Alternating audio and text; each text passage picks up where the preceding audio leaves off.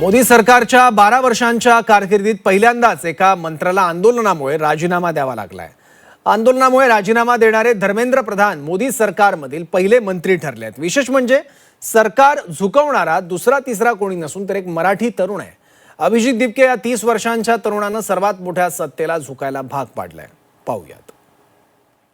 इन्हें लाइन में रखना जरूरी है, क्योंकि ये जो आज खुद को बादशाह समझ बैठे हैं ना, ये हमारी वजह से बैठे हुए हैं। तरुणाईनं 36 दिवस आंदोलन करत मिळवलेल्या यशानंतर अभिजित दिपकेनं दिलेली ही प्रतिक्रिया। 30 वर्षांच्या या मराठमोळ्या तरुणानं 12 वर्षात जे घडलं नाही ते करून दाखवलंय। बलाढ्य विरोधी पक्षांना जे शक्य झालं नाही ते शक्य केलंय। याची सुरुवात झाली ती सरन्यायाधीशांच्या एका विधानानं। सरन्यायाधीश सूर्यकांत यांनी बेरोजगार तरुणांची तुलना कॉकरोच अर्थात झुरळांसोबत केली होती।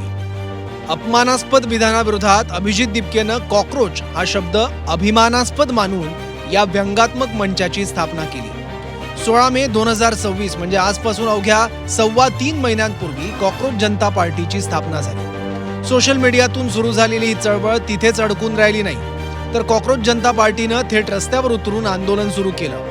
नीट पेपर फुटीनंतर तर परदेशात असलेला अभिजित दिपके भारतात आला आणि त्यानं थेट रस्त्यावरची लढाई सुरू केली। मैं धर्मेंद्र प्रधान जी जो एजुकेशन मिनिस्टर है, उनसे पूछना चाहता हूँ, पांच बच्चों ने सुसाइड कर लिए फिर भी आपने रिजाइन नहीं किया है। आपको शर्म नहीं आती? और कितने बच्चों का सुसाइड करने का वेट करेंगे आप जब तक रिजाइन नहीं करोगे तब तक हमारा मूवमेंट जारी रहेगा। इसके बाद हम ये मूवमेंट को देश भर में लेकर जाएंगे और ये मूवमेंट तब तक जारी रहेगा जब तक धर्मेंद्र प्रधान रिजाइन नहीं करते, और इसको हम देश भर में लेकर जाएंगे और हम फिर से एक बार दिल्ली में इकट्ठा होंगे। जंतर मंतरवरच्या कॉकरोच जनता पार्टीच्या आंदोलनात सामाजिक कार्यकर्ते सोनम वांगचुक यांनी सहभाग घेत उपोषण सुरू केलं। वांगचुक यांच्या उपोषणामुळे तरुणाईच्या या आंदोलनाला बळ मिळालं। आप लोगों के हजारों संदेश आए कि मैं अनशन तोड़ दूं, कुछ खा लूं।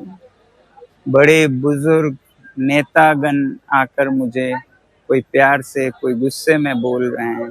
मेरी हालत कुछ ऐसी भी नहीं है कि मैं 2-4 दिन में मर जाऊं।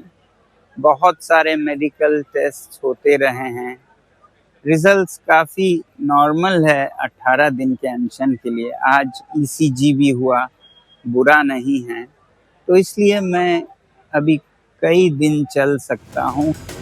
अभिजित दिपकेंचे आंदोलन देशभर चर्चेचा विषय बनलं। अनेक सेलिब्रिटी नेते मंडळींनी या आंदोलनाला पाठिंबा जाहीर केला। अण्णा हजारेंनंतर आणखी एक मराठी माणूस दिल्लीत सरकार विरोधात पाय रोवून उभा होता। ज्याप्रमाणे 2011 मध्ये अण्णा हजारेंच्या आंदोलनाला पाठिंबा मिळाला, तसाच पाठिंबा तरुणाईच्या या आंदोलनाला मिळू लागला। पंतप्रधान ये सर्वोच्च नेता हुए, जनता के प्रश्न उनके पास जाना जरूरी है, इसलिए भेजा था। 18 जुलैला दिल्ली पोलिसांनी सुरक्षेचं कारण देत जंतर मंतरवरील उपोषण स्थळावरून सोनम वांगचुक यांना बळजबरीनं हटवून रुग्णालयात दाखल केलं आणि अभिजित दिपकेंना एकटं पाडण्याचा प्रयत्न केला।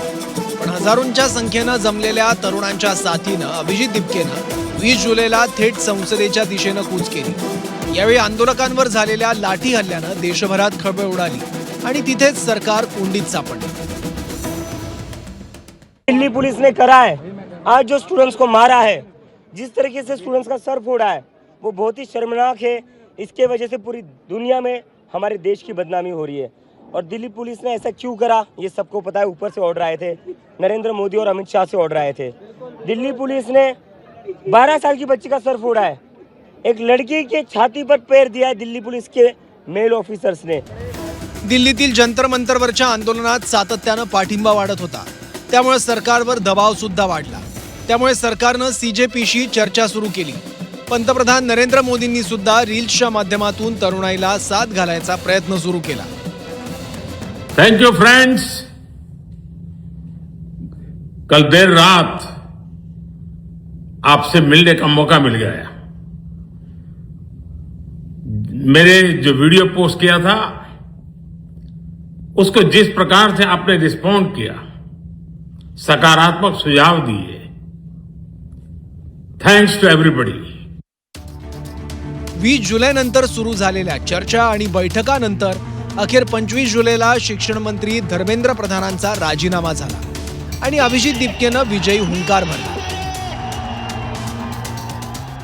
डरना नहीं है, डेमोक्रेसी है. अगर डेमोक्रेसी में बोलने से डर लगने लगे तो कैसी डेमोक्रेसी है? डरना नहीं है. अगर अपनी आवाज उठाओगे तभी ये लोग लाइन में रहेंगे और इन्हें लाइन में रखना जरूरी है. इन्हें लाइन में रखना जरूरी है क्योंकि ये जो आज खुद को बादशाह समझ बैठे हैं ना, ये हमारी वजह से बैठे हुए हैं. मागील 12 वर्षात पहिल्यांदाच एखाद्या आंदोलनानं मंत्र्यांचा राजीनामा घडवला आणि हे घडवलंय एका मराठी तरुणानं. त्यामुळे सर्व स्तरातून अभिजित दिपकेच्या आंदोलनाचं कौतुक होत आहे. आणि आनंद हा आहे की संयमानं आणि शांततेनं युवा पिढीनं आपल्या भावना देशाच्या नेतृत्वाच्या समोर मांडल्या आणि त्याला यश आलं. आज